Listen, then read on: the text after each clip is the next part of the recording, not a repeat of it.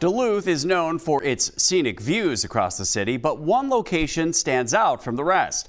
In this week's Finding Minnesota, John Lauritsen shows us why kings and queens are drawn to the watchtower at Enger Park. Once upon a time, they called it the Finnish Riviera. You can't walk around Duluth without being enmeshed with its history. That's true, but there is one destination that takes Duluth's history to new heights. This was known as Lookout Mountain back in the early days, the highest peak in Duluth. Today it's known as Enger Park, named after Norwegian immigrant Bert Enger. He was a furniture salesman who, upon his death in 1931, gave the city money for a park on the hill.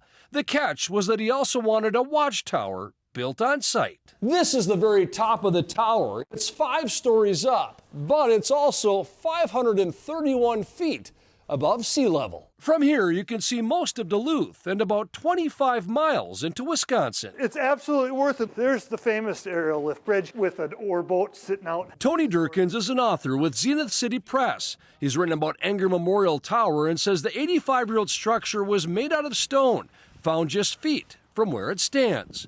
And when the $30,000 tower was completed in 1939, it caught the attention of Prince Olav and Princess Martha of Norway. The Prince and Princess of Norway came and dedicated this facility, and he was pretty proud of the way the Norwegians had come to the United States and made a home for themselves. About 5,000 people turned out for that dedication. More than 70 years later, in 2011, Norway's King Harald and Queen Sonja visited, this time for the tower's rededication and $100,000 makeover.